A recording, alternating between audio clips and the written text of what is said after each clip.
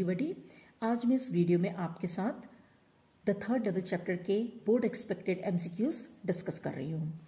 तो बच्चों, इसमें पहला क्वेश्चन इस चैप्टर में बनता है कि who is the writer of this chapter the third level. तो जैक फिनी इसके राइटर हैं। नेक्स्ट क्वेश्चन इसमें बनता है the waking dream wish fulfilment से क्या मतलब है। तो इसका मतलब है कि जो ड्रीम्स हमारे इस प्रैक्टिकल लाइफ में फुलफिल नहीं होते उन्हें हम इमेजिनेटिव वर्ल्ड में फुलफिल करते हैं। फाइन, तो यही इसका मीनिंग है। थर्ड क्वेश्चन आपका बनता है कि चार्ली की एज क्या थी। चार्ली वॉज 31 ईयर्स ओल्ड, याद रखिएगा। नेक्स्ट क्वेश्चन आपका बनता है कि जब चार्ली ग्रैंड सेंट्रल स्टेशन की तरफ जा रहा था तो वो किस जगह से टर्न हुआ ग्रैंड सेंट्रल स्टेशन जाने के लिए। तो वो जगह है Vanderbilt Avenue. Fine. Next question इसमें आपका ही बनता है कि उस दिन चार्ली ने जब वो ग्रैंड सेंट्रल स्टेशन की तरफ जा रहा था तो चार्ली ने क्या ड्रेस पहनी हुई थी। तो टैन गैबेडीन उसने सूट पहना हुआ था। टैन से मतलब है ब्राउन कलर का, गैबेडीन उसने सूट पहना हुआ था विद स्ट्रॉ हैट। फाइन, ये ड्रेस उसने पहनी हुई थी। नेक्स्ट क्वेश्चन आपका बनता है कि चार्ली को थर्ड लेवल में जब वो पहुंचा, फाइन, तो जब वो टिकट काउंटर में वो टिकट खरीदना चाहता था तो किस जगह के लिए टिकट खरीदना चाहता था जहां वो अपनी वाइफ लूसा को भी ले जाना चाहता था। तो उस जगह का नाम है गेल्सबर्ग, इलिनॉइस। फाइन। चार्ली के पास अमाउंट जो था वो पुरानी करेंसी का नहीं था, 1894 का वो करेंसी नहीं थी। फाइन। तो चार्ली नेक्स्ट डे कहाँ जाता है। चार्ली नेक्स्ट डे बैंक में जाता है और वो कितने डॉलर्स देता है, $300 देता है, और जिसके बदले में उसे ओल्ड करेंसी के कितने कितने डॉलर्स मिलते हैं, less than $200। Fine.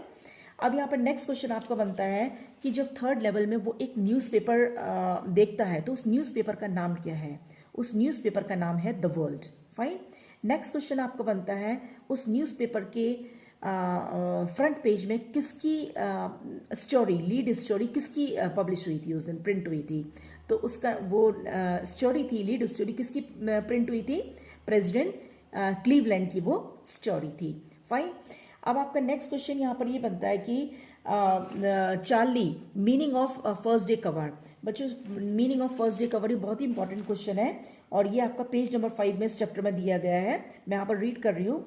When a new stamp is issued, stamp collectors buy some and use them to mail envelopes to themselves on the very first day of sale, and the postmark proves the date. The envelope is called a first day cover. इसे मैं अपने इस particular इस line को मैं अपनी video में already जहां मैंने समरी समझाई है, आपको चैप्टर समझाया, उसमें समझा दिया मैंने आपको।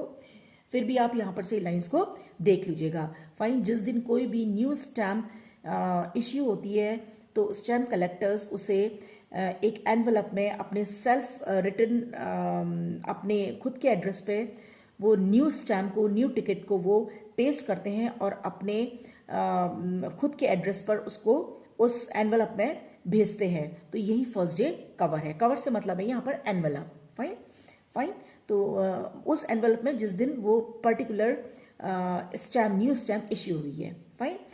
जब चार्ली ये फर्स्ट डे कवर चार्ली को अपने घर पर मिलता है, फाइन, जिसमें उसके और भी स्टैम्प्स होती हैं और भी टिकट्स होते हैं, तो उसे एक फर्स्ट डे कवर मिलता है। तो ये फर्स्ट डे कवर यानी उसके अंदर एक लेटर भी होता है। तो ये किसने उसके ग्रैंडफादर के एड्रेस पर चार्ली को ये लेटर किसने मेल किया था। फाइन। तो ये इसे मेल किया था उसके साइकियाट्रिस्ट फ्रेंड सैम ने। फाइन।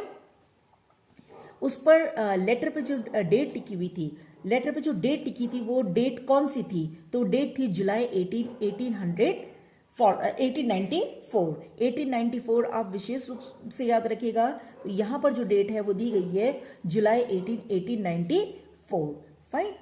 उस पर उस स्टैम्प पे एक किसकी पिक्चर बनी हुई थी, उस टिकट के ऊपर किसकी पिक्चर बनी हुई थी। तो आप याद रखिएगा वो थी प्रेसिडेंट गारफील्ड की। बच्चों, इस चैप्टर में 3 प्रेसिडेंट्स के नाम आ रहे हैं। पहला आ रहा है प्रेसिडेंट रूजवेल्ट। प्रेसिडेंट रूजवेल्ट जो वो बिगनिंग में मेंशन कर रहा है कि प्रेसिडेंट रूजवेल्ट भी स्टैम्प कलेक्शन में इन्वॉल्व थे। फाइन। और आप नहीं कह सकते कि अगर आप ये बोलते हैं कि मैं अगर स्टैम्प कलेक्शन में इन्वॉल्व हूँ तो it's like a temporary refuge for me. Fine, कि मैं अपनी लाइफ से हैप्पी नहीं हूँ और मैं एस्केप करना चाहता हूँ, और इस तरीके से मैं that's why I have involve my self in stamp collection. तो वहाँ पर वो मेंशन करता है कि आप ऐसा नहीं कह सकते, क्योंकि मेरे दादाजी भी यानी मेरे ग्रैंडफादर भी, जो कि इलिनॉइस जगह में रहते थे, 1894 की वो बात कर रहा है, वो भी बहुत हैप्पी थे, फाइन, और वो भी स्टैम्प कलेक्शन में इन्वॉल्व थे। नेक्स्ट वो कह रहा है कि प्रेसिडेंट रूजवेल्ट भी इसमें इन्वॉल्व थे, और वो भी बहुत एक हैप्पी पर्सन थे। तो stamp collection is no way a temporary refuge from the real world, और इट इज़ मतलब ये कोई भी सिग्नल नहीं है इस बात का कि अगर कोई जना अपने लाइफ से हैप्पी नहीं है तो स्टैम्प कलेक्शन में इन्वॉल्व है। तो पहला इसमें 3 प्रेसिडेंट्स के नाम इस चैप्टर में दिए गए हैं। एक तो प्रेसिडेंट रूजवेल्ट, सेकंड है प्रेसिडेंट क्लीवलैंड क्लीवलैंड का नाम दिया गया है। प्रेसिडेंट क्लीवलैंड का मेंशन तब आ रहा है जब वो न्यूज़पेपर उठाता है और उसके ऊपर एक स्टोरी पब्लिश हुई है और वो प्रेसिडेंट क्लीवलैंड की है, फाइन। और थर्ड इसमें प्रेसिडेंट गारफील्ड का नाम आ रहा है, वो भी यूएसए के हैं, फाइन। तो प्रेसिडेंट गारफील्ड का मेंशन कहाँ पर किया गया है? वो स्टैम्प जो कि उसे चार्ली को उसके फ्रेंड, साइकेट्रिस्ट फ्रेंड, जो कि उसका मानना है कि इलिनॉइस से उसने वो लेटर भेजा है उसके दादाजी के एड्रेस पर, फाइन। तो जिस पर स्टैम्प लगी हुई है उस पर प्रेसिडेंट गारफील्ड की पिक्चर बनी हुई है, फाइन। तो 3 इसमें प्रेसिडेंट्स के नाम दिए गए हैं, फाइन। तो कितने सेंट की वो स्टैम्प थी, वो टिकट कितने सेंट का था? वो 6 सेंट का टिकट था, फाइन। इसके बाद बच्चों यहाँ पर नेक्स्ट क्वेश्चन आपका बन रहा है कि चार्ली को उस ओल्ड स्टाइल की करेंसी, उसने कितनी करेंसी कलेक्ट करी कॉइन डीलर से, उसने कितनी करेंसी कलेक्ट करी जिससे वो गेल्सबर्ग इलिनॉइस जा सके? तो सैम ने $800 कलेक्ट करे, फाइन। क्योंकि लास्ट में जो वो लेटर में लिखता है कि हाँ मुझे means 3rd level is there, और तुम और ल्यूसा भी 3rd लेवल को खोजते रहो, और मीन्स मैंने तो फाइंड आउट किया 3rd लेवल, और उसके बाद मैं 3rd लेवल से होके ग्रैंड सेंट्रल स्टेशन में मुझे 3rd लेवल मिला, और वहाँ से होके मैं अब ये गेल्सबर्ग इलिनॉइस में पहुँच गया हूँ। तो उसे गेल्सबर्ग इलिनॉइस पहुंचने के लिए कितने डॉलर्स उसको चाहिए थे? तो $800 उसने कलेक्ट किए, फाइन, कॉइन डीलर के पास जाकर। नेक्स्ट क्वेश्चन आपका बनता है कि इस चैप्टर के अकॉर्डिंग, फाइन, सैम ने अपने आप को मीन्स गेल्सबर्ग इलिनॉइस में जाकर उसने अपने आप को किस बिजनेस में सेटअप किया? ये बहुत ही इंपॉर्टेंट क्वेश्चन है, कई बार ये बोर्ड में आपका आ चुका है, तो आप इसको बिल्कुल याद रखिएगा। हे फीड एंड ग्रेन बिजनेस में उसने आपको सेटअप किया, यानी उसने ये बिजनेस स्टार्ट किया। किसका? हे फीड एंड ग्रेन का बिजनेस सैम ने इलिनॉइस, गेल्सबर्ग इलिनॉइस में जाकर सेटअप किया, फाइन। और लास्ट क्वेश्चन इसमें आपका ये बन रहा है कि इस चैप्टर की थीम क्या है? तो इस चैप्टर की थीम है escapism, fine. Escapism as a medium of refuge, fine.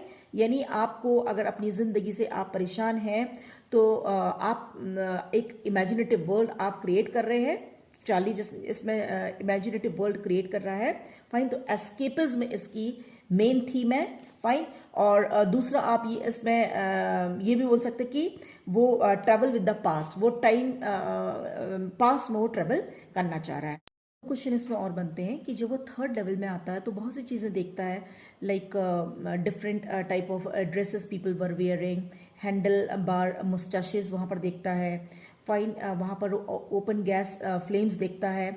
इसके अलावा वो एक टनल शेप्ड स्टैक देखता है, फाइन। तो स्टैक से क्या मतलब है कि एक मेटल की चिमनी, जो कि ट्रेन की मेटल की चिमनी, फाइन। क्योंकि वो 3rd लेवल में देखता है कि वो मीन्स 1894 में पहुंच गया है, फाइन। तो उस वक्त वो ट्रेन वो देखता है जो कि क्योंकि 20th सेंचुरी में कौन सी ट्रेन यूज होती है? इलेक्ट्रिक बेस ट्रेन स्टार्ट हो गई थी, फाइन। लेकिन वो 1894 में मूव कर रहा है, तो वो जो चिमनी देख रहा है ट्रेन की, वो कैसी है? मेटल बेस्ड है वो, फाइन। उसकी मेटल की चिमनी बनी हुई है जिससे कि भाप निकल रही है, स्टीम निकल रही है, फाइन।